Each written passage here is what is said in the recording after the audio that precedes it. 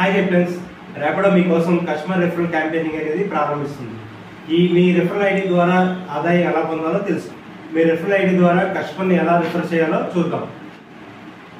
ముందుగా మీ referral ID యాప్లో ఎక్కడ కనిపిస్తుందో తెలుసుకుందాం. యాప్లో లెఫ్ట్ సైడ్ ఉన్న ఆప్షన్ మీద క్లిక్ చేయండి. ఓకే, క్లిక్ చేసిన తర్వాత లాస్ట్లో రిఫర్ నౌ అనే ఆప్షన్ ఉంటుంది. ఆప్షన్ మీద క్లిక్ చేయండి. క్లిక్ చేసిన తర్వాత మీ రిఫరల్ ఐడి మీకు విజిబుల్ అవుతుంది అన్నమాట. అంటే మీకు కనిపిస్తుంది, మొబైల్లో కనిపిస్తుంది. సో ఈ రిఫర్ కోడ్ ద్వారా మీరు కస్టమర్ రిఫర్ చేయొచ్చు. అది ఎలాగో ఇప్పుడు నేను క్లియర్గా ఎక్స్ప్లెయిన్ చేస్తాను. మీ రిఫరల్ ఐడి కస్టమర్ యాప్లో ఎక్కడ ఎంటర్ చేయాలి.